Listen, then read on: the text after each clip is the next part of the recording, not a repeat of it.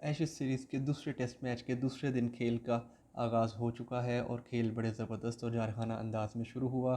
कल जब पहले दिन खेल का अख्ताम हुआ तो 339 रन्स 5 खिलाड़ी आउट पर ऑस्ट्रेलिया अपनी बैटिंग का आगाज़ कर रहा है और स्मिथ 85 रन्स के साथ क्रीज पर मौजूद हैं।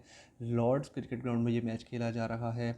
आज के इस दिन के हवाले से अपनी ऑब्जर्वेशन एंड ओपिनियन से आगाह करने के लिए मैं हूं आपका होस्ट और आपका वाहिद दोस्त सुबहान गनी और आप देख रहे हैं ऑब्जर्वेशंस एंड ओपिनियंस O2।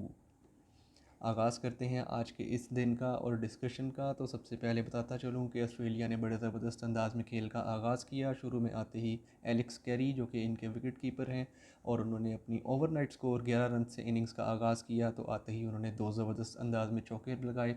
चौके लगाने के बाद थोड़े से थक गए थे तो उन्होंने वापस जाने को तरजीह दी, लेकिन वापस जाना उनका इतना सिंपल और इतना आसान नहीं था। ब्रॉड ने बड़ा अच्छा बॉल किया, थोड़ा सा इन कटर लेकर आए और वो जज ना कर सके एलेक्स कैरी, जो कि बिल्कुल टोटल बीट हुए। बैट और पैड में बहुत ज़्यादा फासला था।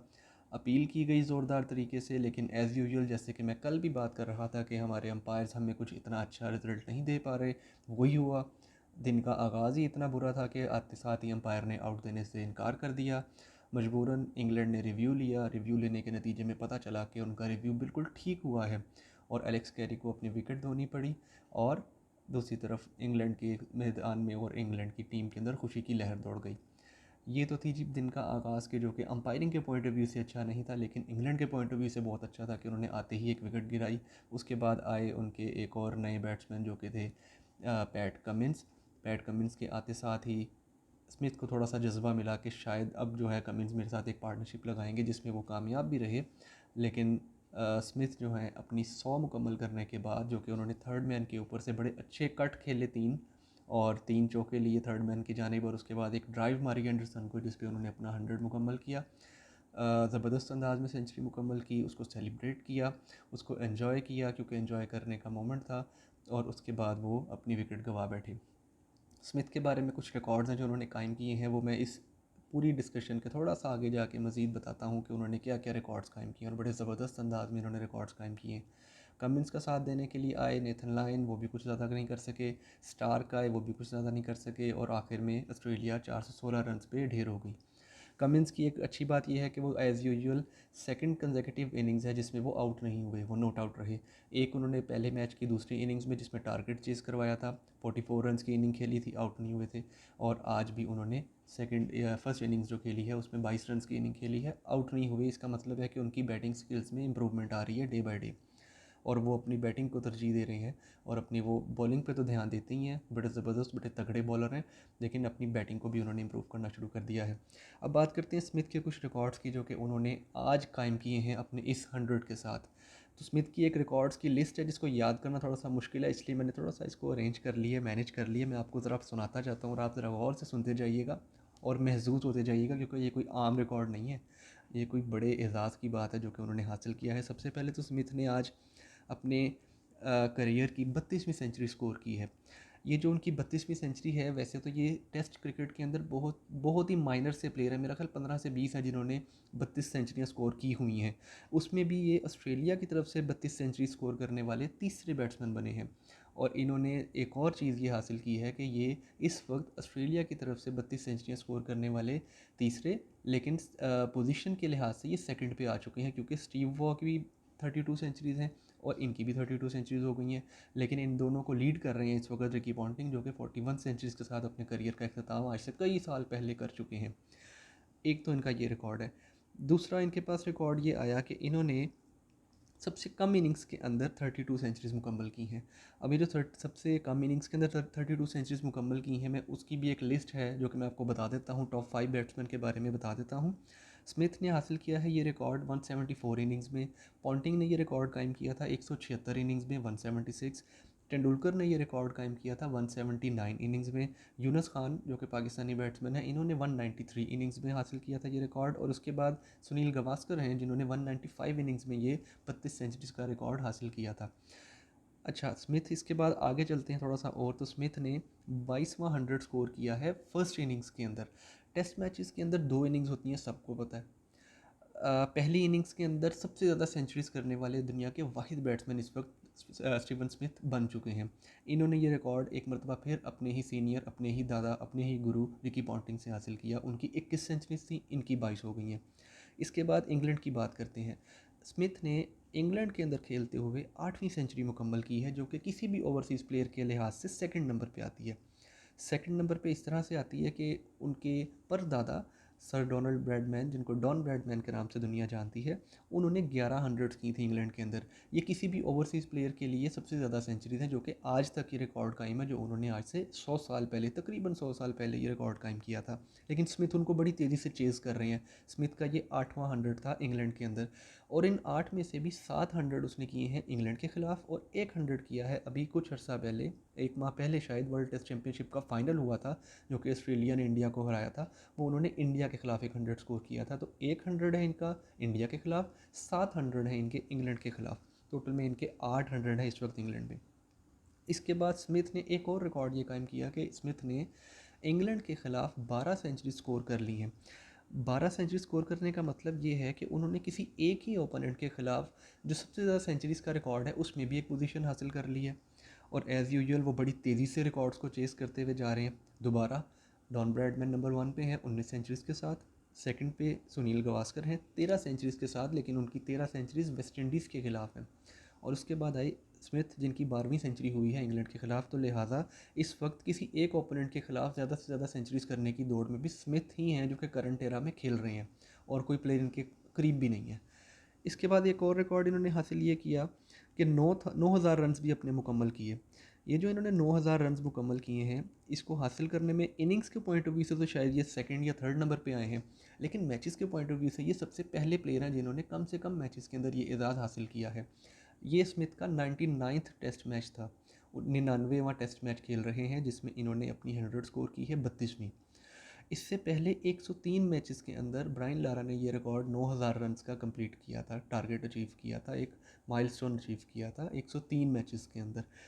लेकिन अगर हम इनिंग्स की बात करें तो कुमार संगकारा दुनिया के वाहिद बैट्समैन हैं जिन्होंने सबसे कम इनिंग्स के अंदर ये 9,000 रन्स का संग मील अबूर किया था, वो है 172 इनिंग्स।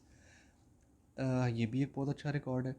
स्मिथ के पास एक और रिकॉर्ड ये आ गया कि इस वक्त एशेज़ के अंदर सबसे ज़्यादा रन करने वाले वो दोनों टीम्स की जानिब से, ऑस्ट्रेलिया और इंग्लैंड दोनों की जानिब से, वो वाहिद प्लेयर हैं जिन्होंने 3,000 से ज़्यादा रन स्कोर किए हैं, और इस वक्त वो टॉप कर रहे हैं 3,176 रन के साथ।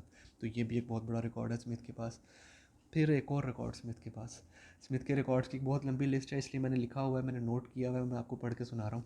याद करना मुश्किल काम है, समझ सकते हैं मेरे जज्बात को, क्योंकि एक स्मिथ है, कोई आम आदमी नहीं है, डेली नया रिकॉर्ड कायम करता है। तो डेली की तो हम इसकी वो जन्म कुंडली तो निकाल के नहीं बैठे हुए कि अब हर चीज़ पता होगी। रिकॉर्ड है, देख के बता रहा हूँ। एक और रिकॉर्ड स्मिथ ने कायम किया इंग्लैंड के ख़िलाफ़, ये है जी 2014 रन्स बना चुके हैं अब तक इंग्लैंड के ख़िलाफ़।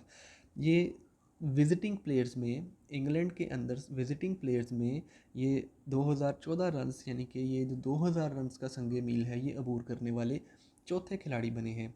और अगर हम रन्स के एतबार से बात करें तो दोबारा डॉन ब्रैडमैन नंबर 1 पे हैं, 2674 रन उन्होंने इंग्लैंड में स्कोर किए थे अपने पूरे करियर के अंदर।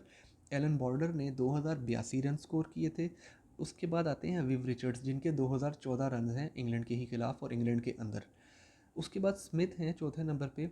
टेक्निकली वो तीसरे नंबर पे हैं, क्योंकि स्मिथ अभी खेल रहे हैं और विव रिचर्ड्स रिटायर्ड हो चुके हैं, और दोनों के रन सेम हैं 2014, लिहाजा स्मिथ 2014 रन का मतलब है कि वो तीसरे नंबर पे तो आ ही चुके हैं। आने वाले 3 मैचेस के अंदर उम्मीद है कि वो एलन बॉर्डर का रिकॉर्ड, जो कि 2082 रन है, जिसका मार्जिन कोई 60 रन का तकरीबन बनता है, 60-70 रन का, तो वो अचीव कर ही लेंगे। इसका मतलब है कि वो एक मरतबा फिर से डॉन ब्रैडमैन को चेज़ कर रहे होंगे 2674 रन के मुकाबले में। तो ये भी एक बहुत बड़ी बात है, बहुत बड़ा रिकॉर्ड है। और दूसरी चीज़ ये है कि स्मिथ एक मरतबा फिर से लॉर्ड्स के ऑनर बोर्ड पे अपना नाम लिखवाने में कामयाब हो गए हैं। लॉर्ड्स का एक रिकॉर्ड है, बल्कि हर ग्राउंड की एक हिस्ट्री होती है कि वो अपने टॉप रन स्कोरर को या सेंचुरी स्कोरर को, और इसी तरह टॉप विकेट टेकर को, या 5 विकेट्स लेने वाले को, या 10 विकेट्स लेने वाले को एक ऑनर बोर्ड के ऊपर उसका नाम मेंशन कर दिया जाता है। तो स्मिथ एक मरतबा फिर से अपना नाम लिखवाने में कामयाब हो गए हैं। इसके बाद बात करते हैं ऑस्ट्रेलिया के कलेक्टिव रिकॉर्ड की। 416 रन का जो इन्होंने हदफ हासिल, 414 16 रन का जो इन्होंने एक स्कोर अचीव किया है वो रन रेट के पॉइंट ऑफ व्यू से, लॉर्ड्स में खेले जाने वाले रन रेट के पॉइंट ऑफ व्यू से सबसे ज़्यादा रन रेट से इन्होंने ये टारगेट अचीव किया है, वो है 4.13।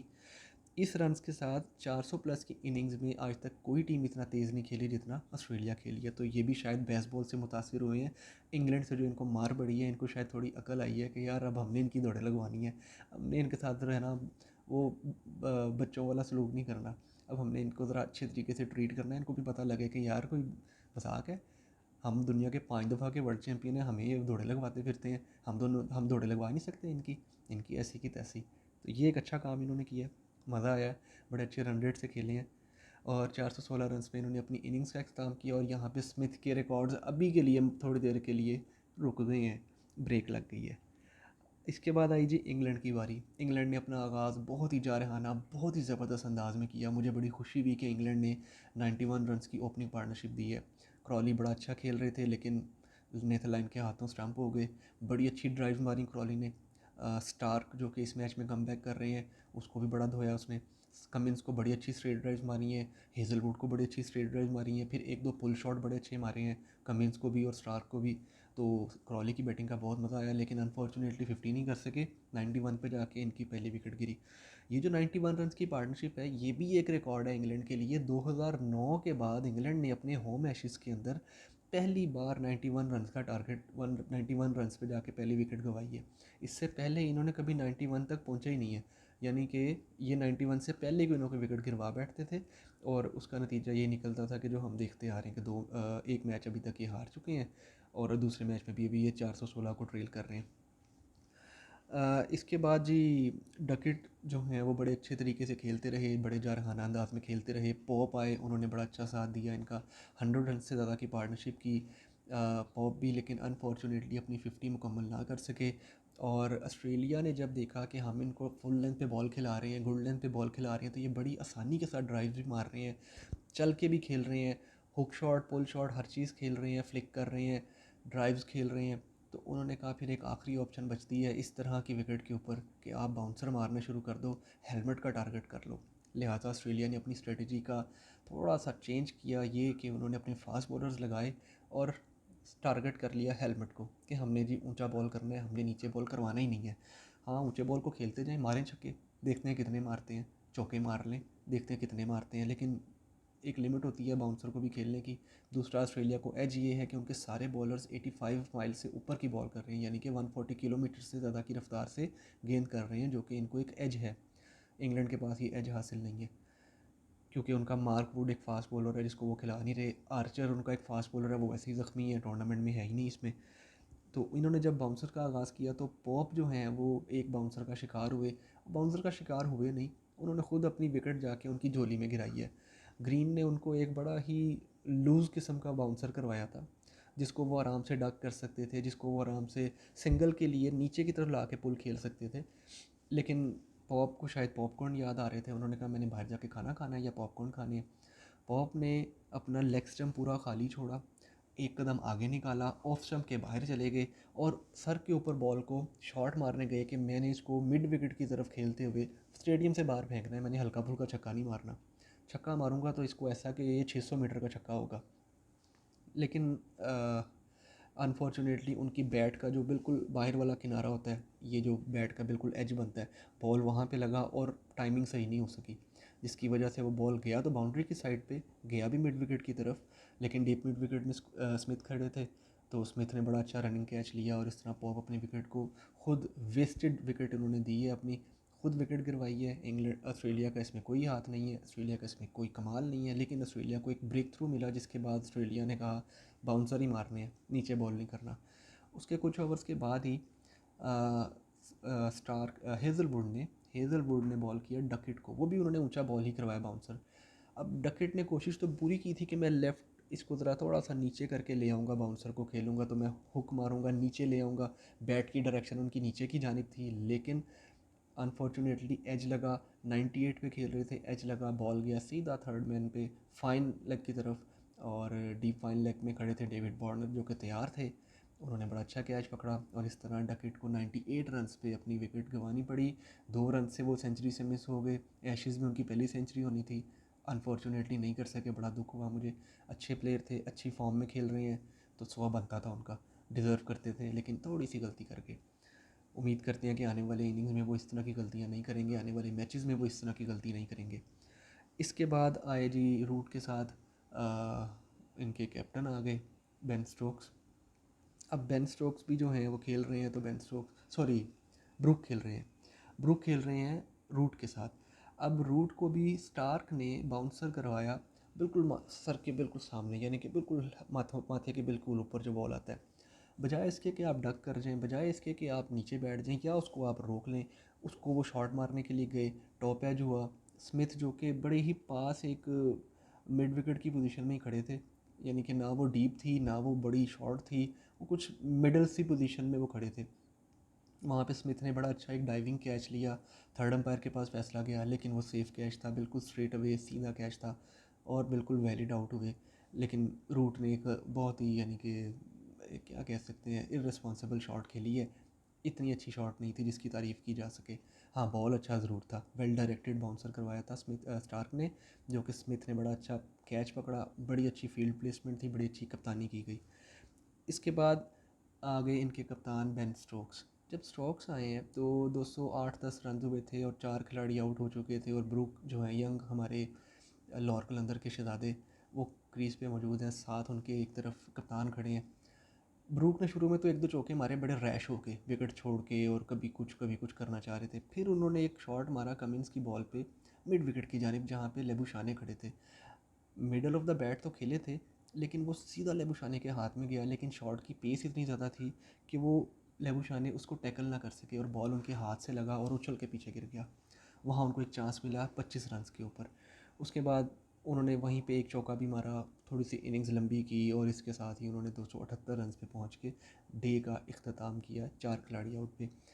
416 से इस वक्त वो कुछ ही रन्स पीछे हैं, 138 रन्स पीछे हैं, 6 विकेट्स अभी बाकी हैं। उम्मीद करते हैं कि इंग्लैंड इस मैच में कोई 50 रन्स कम से कम या 100 रन्स की लीड लेता है तो बड़ा मज़ा आएगा मैच में, क्योंकि ऑस्ट्रेलिया जो है वो सेकंड इनिंग के अंदर देखते हैं कितना स्कोर कर पाते हैं। विकेट जो है वो बड़ा ज़बरदस्त है, सपोर्टिंग विकेट है, दोनों टीमें बड़ी खुश हैं इस पर। उम्मीद करते हैं कि दोनों टीमें अच्छा खेलेंगी। ख़ासतौर पे इंग्लैंड के लिए हम दुआगो हैं कि वो इस मैच में कम से कम 50 रन्स की जो लीड है वो इस इनिंग में ले सकें, ताकि सीरीज़ में थोड़ी सी ज़रा भूचाल आ जाए, सीरीज़ ज़रा बराबर हो जाए तो मज़ा ही आ जाए। 1-1 से बराबर हो तो दोनों टीमों की जो जान लगाने का अंदाज़ है वो देखने का मज़ा आ जाएगा। अब तक के लिए इतना ही। चैनल को सब्सक्राइब करना ना भूलिएगा, वीडियो को लाइक करना ना भूलिएगा, पसंद आ जाए तो शेयर कर दें, ना पसंद आए तो कमेंट में बता दें, लाइक फिर भी कर दीजिएगा।